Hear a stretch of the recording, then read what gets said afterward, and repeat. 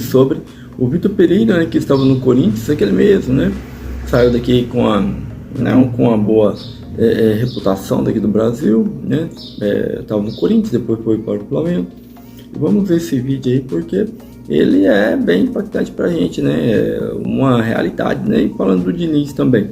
Vamos ver o que eles falam pra gente aí. Bem, você perguntou sobre, primeiro, sobre falta de educação. Essa falta de educação, acho que você tem no futebol brasileiro, inclusive por conta de personagens brasileiros ou não que trabalham por aqui. Não é só o Vitor Pereira, tem mais mal educado internacional por aqui, mais gente que fica ditando regras sobre como o brasileiro deve agir, tem um monte, né? Alguns são mais criticados, merecidamente, como o Vitor Pereira, outros são preservados, o clubismo, sei lá por quê, né?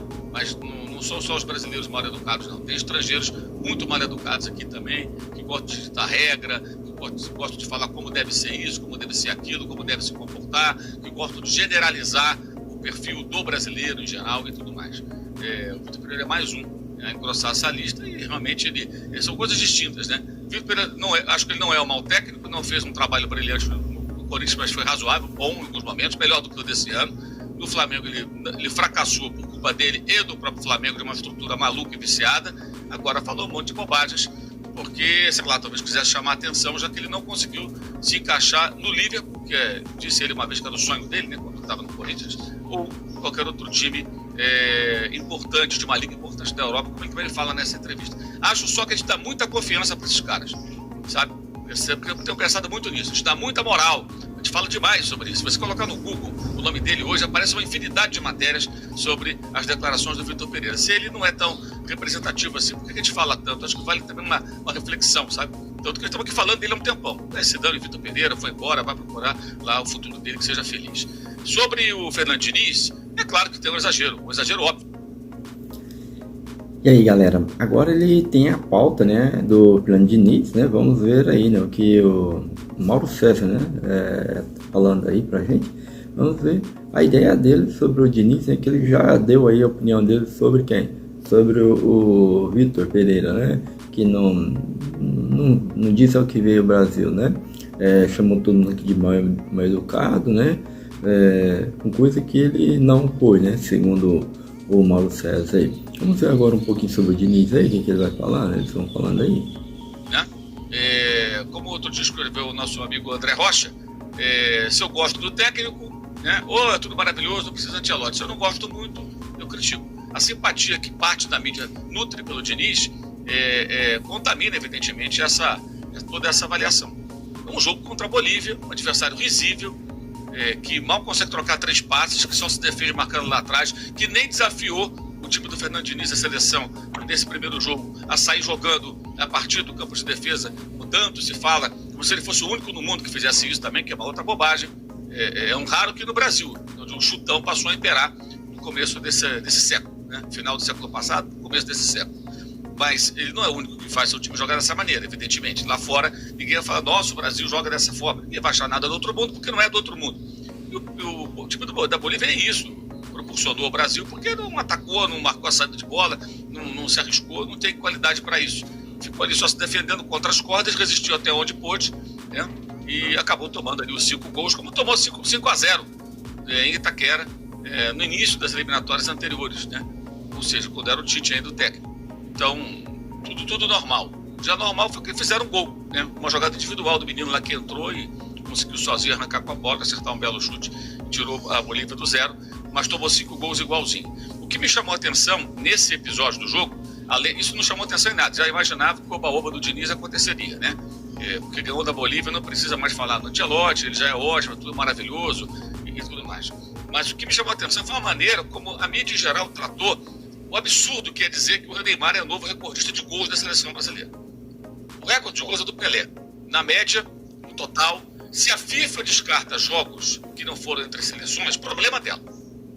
Da mesma maneira, problema da CBF, se ela é encanetada, ela sai com fax, ou sei lá o que, distribuindo títulos nacionais.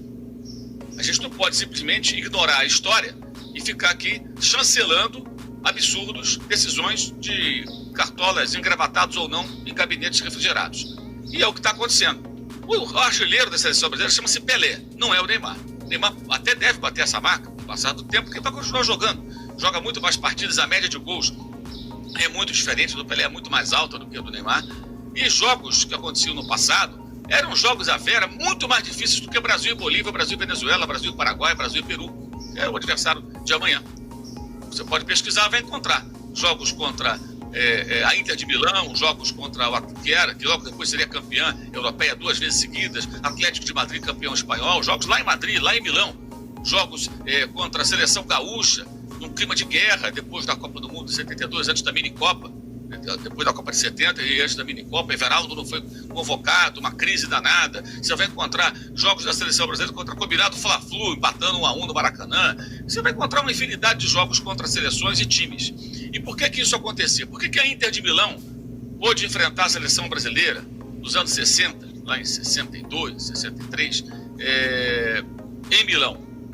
Ela não estava parada porque não tinha data FIFA, gente. Não tinha data FIFA. Então o Brasil excursionava, quando ia para a Europa, não valia a pena fazer um jogo só, ele ia marcando jogos. E marcava jogos contra equipes, também times, que não estavam desmobilizados. A seleção brasileira tinha basicamente que jogadores que atuavam aqui, da Itália, jogadores que atuavam lá.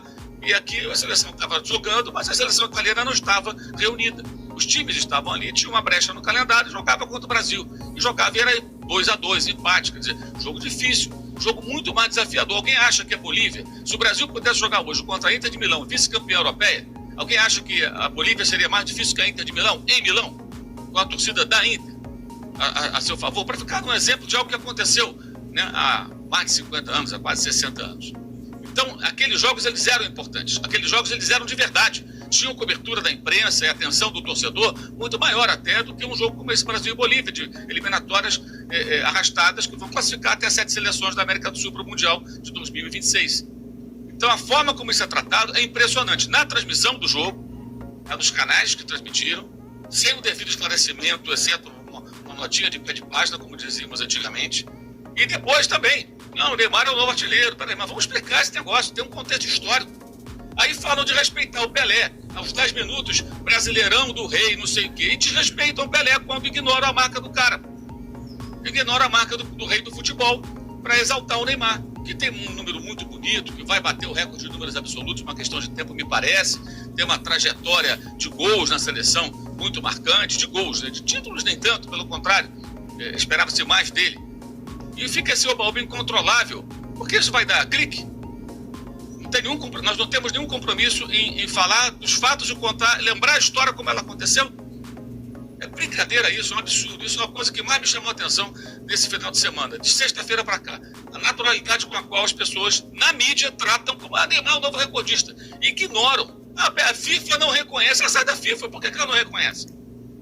Por que ela não aceita? Porque alguém lá decidiu, sentou lá diante de um trono e falou: a partir de agora vai ser assim? Tem todo o contexto histórico que está sendo ignorado. Isso é uma maldade até. Com a história do futebol e com o Pelé, que é tão exaltado por muita gente, para fazer média, para parecer que está fazendo bonitinho. Ah, que legal, aqui estou exaltando o Pelé. Pô, mas vamos respeitar então a história. E na história... Pessoal, aí o Mauro César, né, tem falado aí sobre questão histórica mesmo, do grande artilheiro que foi o Pelé, dessa questão desses jogos, né, que não é como hoje, uma data FIFA, vai lá e joga e tal, que a FIFA tá considerando esses jogos dela aí, né, que ela marcou, diga-se de passagem, a questão dos mundiais, né, que unificou, depois é campeão, depois não é campeão, né, de clubes, né, mas o que ele tá falando é sério, né, isso aí é importante, né, pra gente relembrar. Claro, Neymar vai passar o Pelé, com certeza vai, só que estão esquecendo alguns gols do Pelé aí. Mauro Sérgio fala muito bem sobre essa questão histórica, né, que é colocar o Neymar num pedestal que sempre foi do Pelé. A mídia, né, essa questão toda, e ele justifica essa questão, fala também do Diniz, né, do oba-oba que está ocorrendo. Mas é isso aí, pessoal, fica com vocês aí, né, o vídeo aí do pessoal lá do UOL, né, do canal deles aí, se não me falha memória, poste bola, alguma coisa assim, falando sobre a seleção brasileira, sobre o Neymar também, sobre o Vitor Pereira. Mas é isso aí, siga nosso canal, futebol é isso aí, valeu, hein?